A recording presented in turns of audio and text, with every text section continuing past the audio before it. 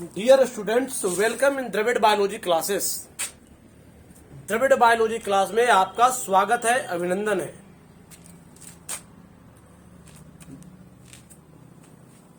आज हम लोग इस वीडियो के माध्यम से नर बाह्य लैंगिक लक्षण और मादा बाह्य लैंगिक लक्षण के बारे में जानेंगे। नर बाह्य लैंगिक लक्षण लिखा हुआ है यहाँ पर और मादा बाह्य लैंगिक लक्षण के बारे में जानेंगे। दोनों में अंतर क्या होता है उसके बारे में जानेंगे। जैसा कि आप प्रश्न पर देख रहे हैं, प्रश्न पर लिखा हुआ है नर बाह्य लैंगिक लक्षण तथा मादा बाह्य लैंगिक लक्षण में मुख्य अंतर को लिखना है।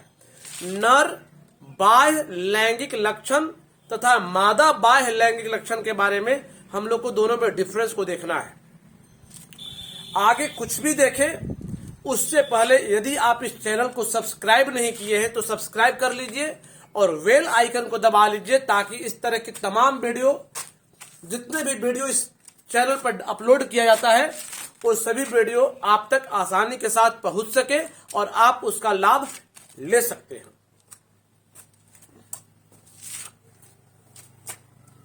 एक बार फिर से नजर दौड़ाइए बोर्ड पर। सबसे ऊपर में क्या लिखा हुआ है? प्रश्न है नर बाह्य लैंगिक लक्षण तथा मादा बाह्य लैंगिक लक्षण में मुख्य अंतर को लिखना है। मुख्य अंतर, डिफरेंस क्या होता है इसके बारे में जानना है। समझिएगा, इसमें दो कॉलम बनाया हुआ जैसा कि आप देख रहे हैं। नर बाह्य लैंगिक लक्षण एक में लिख दिया गया और दूसरा में मादा बाह्य लैंगिक लक्षण लिखा गया है। अब जो खासियत नर की होगी उसमें लिखा जाएगा और जो खासियत फीमेल की होती है उसको इसमें लिखा जाएगा। समझते हैं? लिखा हुआ इसकी लंबाई अपेक्षाकृत अधिक होती है। नर बाह्य लैंगिक लक्षण में लिखा हुआ है कि पुरुषों की लंबाई अपेक्षाकृत क्या होती है? अधिक होती है और इनकी लंबाई अपेक्षाकृत कम होती है। यानी मादा बाह्य लैंगिक लक्षण में लिखा हुआ इनकी लंबाई कम होती है। अब इसकी तुलना करते हैं हम लोग अपने घर में ही। देखिए, घर में ही, ज्यादा दूर मत जाइए, मम्मी पापा को देख लीजिए, किसकी लंबाई ज्यादा है? पुरुषों की लंबाई महिलाओं की तुलना में अधिकांशतः ज्यादा होती है और महिलाओं की लंबाई पुरुषों की तुलना में अपेक्षाकृत कम होती है। पापा मम्मी, भैया भाभी, जीजा दीदी, मौसा मौसी, जो भी देखिए, हर जगह जो फीमेल पार्ट है, फीमेल जो है वो मेल के तुलना में छोटे लंबाई वाले होते हैं। अगला है, इसमें समय अनुसार दाढ़ी मूंछ का विकास होता है। शुरुआत में तो बच्चों में, लड़का या लड़की कोई हो, दाढ़ी मूंछ नहीं रहते, लेकिन पुरुषों में समय अनुसार जब समय आएगा, यौवनारंभ अवस्था में वो चला आता है, तब उसमें धीरे धीरे क्या होता है? दाढ़ी मूंछ का विकास होने लगता है, निकलने लगता है। जबकि मादा बाह्य लैंगिक लक्षण में लिखा हुआ है इनमें कभी भी दाढ़ी मूंछ का विकास नहीं होता। इसमें समय अनुसार होता है लेकिन इसमें कभी भी ताउम्र, पूरी उम्र बीत जाने के बावजूद भी दाढ़ी मूंछ का विकास महिलाओं में नहीं होता, दाढ़ी मूंछ नहीं रहते हैं। फिर से आते हैं तो कहता है नर बाह्य लैंगिक लक्षण में कि इनका आवाज अपेक्षाकृत मोटा या भारी होता है। पुरुषों की आवाज जो होती है ना, अपेक्षाकृत यानी महिलाओं की तुलना में मोटा होता, भारी होता है। जबकि महिलाओं का आवाज, लड़कियों की जो आवाज होती है पुरुषों के तुलना में क्या होता है? पतली होती है। यानी दोनों की आवाज को मिलाया जाए, एक लड़का को एक लड़की को, दोनों कहीं दिखा न जाए, मैं कहीं दूसरी जगह डाल करके दिखाया जाए, दोनों को बारी बारी से अगर बुलाया जाए तो जब लड़का बोलता है तो उसका आवाज को पहचान में ला लिया जाता है, पहचान आ जाता है। जबकि लड़कियां बोलती है वो भी पहचान में आती है कौन लड़का है कौन लड़की, क्लियर हो जाता है उसकी आवाजों से।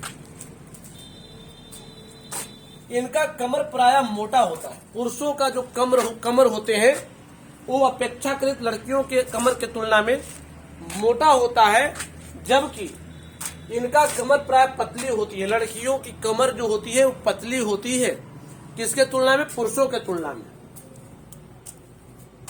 फिर लिखा हुआ है इनका जंघा प्रदेश प्राय पतला होता है।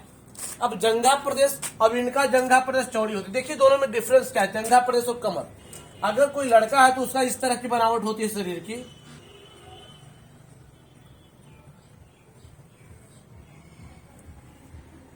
एक कमर है और एक जंघा प्रदेश है जहां पर बेल्ट लगाई जाती है, ये पोर्शन, ठीक है।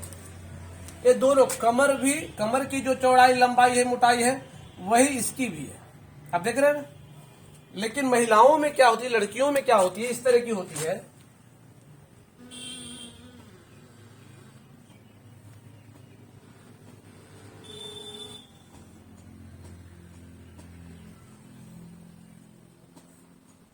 कमर यहां पर पतली है ना, देख रहे हैं आप।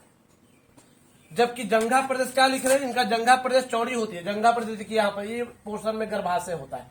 एक कमर के तुलना में ऐसे होते हैं, ऐसे होते हैं यहाँ पर पोर्शन इस तरह से। देखिए यहाँ पर एक कमर पतली है लेकिन जंघा प्रदेश थोड़ा सा यहाँ पर चौड़ा है।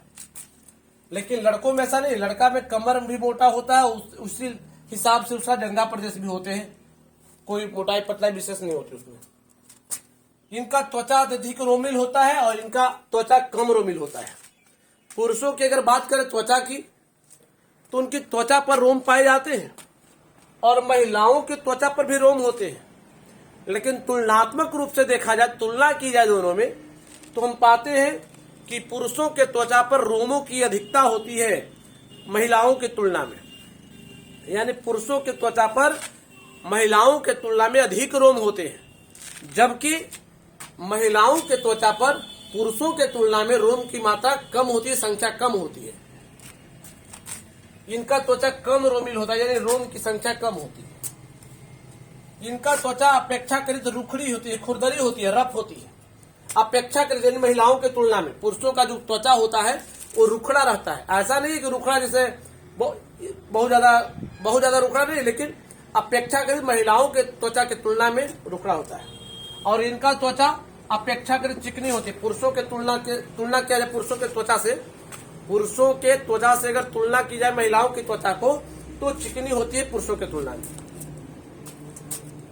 इसमें एडम एप्पल का विकास होता है। इसमें कभी भी एडम एप्पल का विकास, एडम एप्पल यहाँ पर देखिए, जब लड़कों की लंबाई बढ़ना बंद हो जाता है ना, तब उसके कंठ के पास एक बाहर की ओर निकल जाता है कंठ, ठीक है।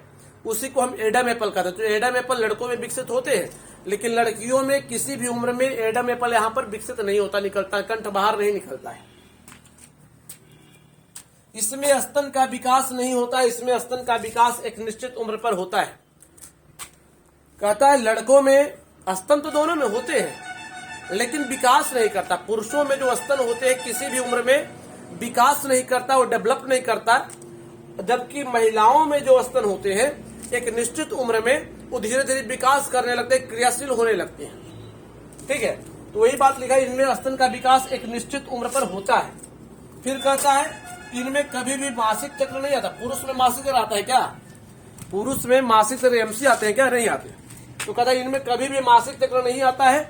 जबकि अगर महिलाओं की हम बात करते हैं तो इनमें प्रजनन अवस्था के दौरान जितना दिन तक कोई महिला प्रजननशील रहती है, अबाउट 10 से 14 वर्ष से स्टार्ट होकर के 50 से 55 वर्ष तक चलता है। प्रजननशील रहती है महिलाएं 10 से 14 वर्ष में आरंभ होती है और 50 से 55 वर्ष तक चलता है। तो इस दौरान प्रत्येक 28 दिनों पर मासिक चक्र आते हैं। इनमें लिखा हुआ है इनमें प्रजनन अवस्था के दौरान प्रत्येक 28 दिनों पर मासिक चक्र यानी एमसी आता है, जबकि लड़कों में ऐसा कोई बात नहीं है। इनके शरीर पर वसा का निक्षेप कम होता है। वसा का निक्षेप यानी फैट पुरुषों के पास कम होती है, जबकि इन पर वसा का निक्षेप अधिक होती है। महिलाओं की त्वचा के नीचे वसा का यानी फैट ज्यादा मात्रा में पाए जाते हैं पुरुषों के तुलना में। और भी कई तरह के अंतर है। महिलाओं का शरीर जो होते हैं गोलाई युक्त होते हैं, जबकि पुरुषों में ऐसा नहीं है। तो इस तरह की तमाम दोनों में अंतर है। एक पुरुषों में पाए जाने वाला लक्षण है और एक महिलाओं में पाए जाने वाला लक्षण है। इस तरह की और भी वीडियो या यूं कहें कि 12 का और 11 का हर एक चैप्टर का, हर एक क्वेश्चन का, हर एक उत्तर देखने के लिए 11 और 12 के आईएससी बायोलॉजी का हरेक प्रश्न का उत्तर जानने के लिए आप इस चैनल को सब्सक्राइब कर लीजिए, बेल आइकन को दबा लीजिए, ताकि इस तरह की कोई भी आंसर आप तक आसानी से पहुंच सके और आप उसका लाभ ले सके।